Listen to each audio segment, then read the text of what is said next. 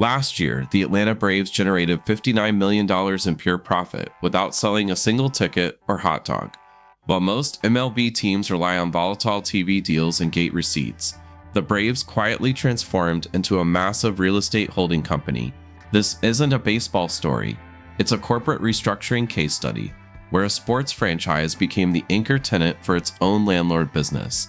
We are breaking down the financial engineering behind the Battery Atlanta, the $392 million public subsidy that fueled it, and why this model is the new standard for sports ownership. To understand the why behind this massive pivot, you have to look at the financial failure of the previous stadium, Turner Field. The Braves were stuck in the Turner Field trap. They rented the facility but owned none of the surrounding land. This created the 95-5 problem. The stadium was active for 81 home games, roughly 5% of the year, and a desolate ghost town for the other 95%. There was absolutely zero ancillary revenue. Fans drove in, parked in city-owned lots, watched the game, and left immediately. The team captured none of the economic value generated by the traffic they created. It was a financial dead zone that limited their ability to compete with big market teams. The solution was a controversial decision to abandon downtown Atlanta for the intersection of I-75 and I-285 in Cobb County. This wasn't just a location change, it was a covert operation. The negotiations for the Home of the Braves project happened entirely behind closed doors. The secrecy was intentional, designed to bypass public scrutiny and organized opposition until the deal was effectively signed, sealed, and delivered.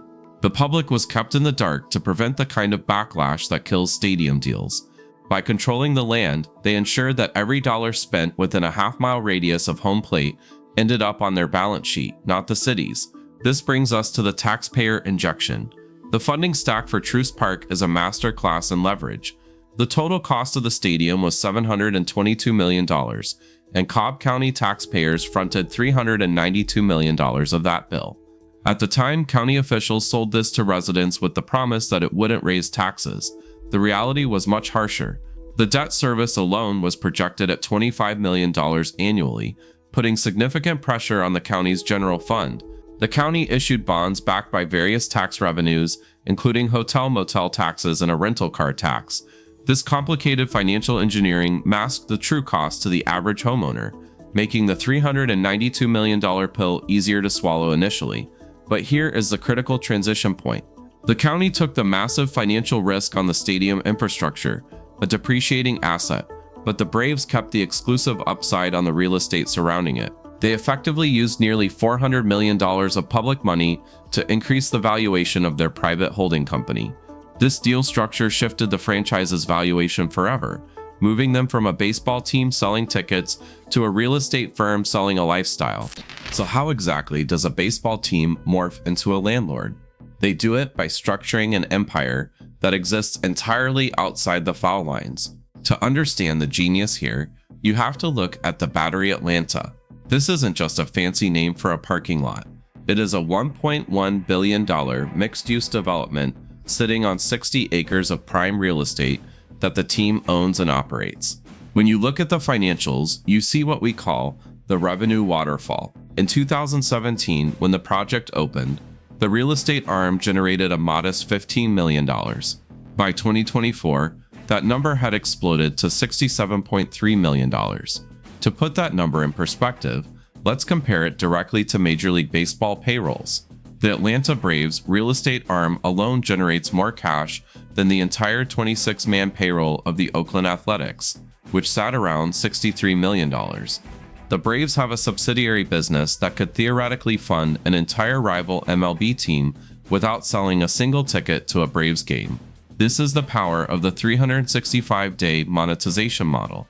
The fundamental flaw of the old stadium model was the dark stadium problem. Traditional venues are massive, depreciating liabilities that sit empty and dark for the vast majority of the year.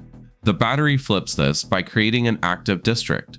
The development attracts 9 million visitors annually, and the data shows that the vast majority of these people are coming on non-game days. They aren't there for baseball, they are there for the asset mix the Braves carefully curated. The team owns the 264-room Omni Hotel, meaning they capture the revenue from visiting teams and business travelers. They own the office tower anchored by Comcast, guaranteeing long-term, high-yield corporate leases. They developed over 500 luxury apartments, collecting monthly rent from residents who want to live in the ecosystem. They even own the Coca-Cola Roxy Theater, a 4,000-capacity venue that books concerts year-round. This creates a captive audience premium. In the old model, you bought a ticket and maybe a beer. In this model, the Braves capture your spend 3 hours before the first pitch and 2 hours after the final out. If you grab dinner before the game, you pay the Braves tenant. If you stay at the hotel, you pay the Braves. If you park your car, you pay the Braves. They own the entire value chain. The result is a valuation explosion that Wall Street drools over. In 2014, the land this sits on was undeveloped dirt with a taxable value of just $5 million. By 2022, the taxable value of the property had surged to $736 million, and it is still accelerating. In the second quarter of 2025 alone, the mixed-use revenue jumped 49% year over year, bringing in $25.1 million in a single quarter. This massive influx of passive income does more than just please shareholders. It creates an unfair competitive advantage on the baseball diamond that other teams simply cannot match. This flood of real estate cash fundamentally changes how the front office constructs the roster. And sports revenue is notoriously volatile. If the team plays poorly, ticket sales drop. If TV ratings dip, broadcast revenue stagnates. But real estate cash flow is stable. Tenants pay rent whether the Braves win the World Series or finish in last place. This stability allows the general manager to hand out massive long-term contracts to stars like Ronald Acuna Jr. and Spencer Strider because they have a liquidity backstop that ticket-dependent teams lack. We call this the battery dividend, but there is a deeper, more devious advantage here, the luxury tax loophole. In MLB, teams are subject to revenue sharing and luxury taxes based on baseball-related income. However, profits from a separate real estate holding company are generally classified as non-baseball revenue. This allows ownership to inject cash into the team's operations without it technically being subject to the same tax penalties and revenue sharing assessments as ticket sales. They have effectively created a tax-advantaged pipeline of capital that allows them to outspend rivals while pleading poverty on the baseball side of the ledger. Naturally, this success has spawned a copycat league. You see this clearly with the Chicago Cubs and Wrigleyville. The Ricketts family didn't just buy the team. They aggressively bought up the rooftops, built the Hotel Zachary, and redeveloped the surrounding blocks to control the entire neighborhood, boosting the franchise value to $4.5 billion. The St. Louis Cardinals executed a similar strategy with Ballpark Village, using a phased development strategy to integrate entertainment and residential spaces directly across from Busch Stadium. In the NBA, the Golden State Warriors took this to the extreme with the Chase Center and Thrive City. This was a $1.4 billion privately financed arena district that relies heavily on high-end office space and retail to pencil out. The Texas Rangers followed suit with Globe Life Field and Texas Live, a suburban emulator built incrementally to create a destination in Arlington. They all realize that the stadium is just the anchor tenant. The real money is in the district. Finally, we have to revisit the verdict on that controversial public funding. When Cobb County handed over nearly $400 million, critics screamed that it was a giveaway, and for years the debt service did drag on the county's finances. However, the sheer scale of the development has actually turned the tide. Recent financial reports indicate that the development is now generating a net gain for the county general fund, with a surplus of around $3 million in 2020. While the morality of public subsidies is still debated, the financial reality is that the Braves proved that the era of just building a stadium is dead. If you aren't building a city, you aren't competing.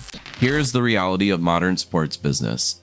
You don't monetize the fan, you monetize the land underneath them. The most valuable franchises are no longer sports teams. They are real estate holding companies that play sports to drive foot traffic.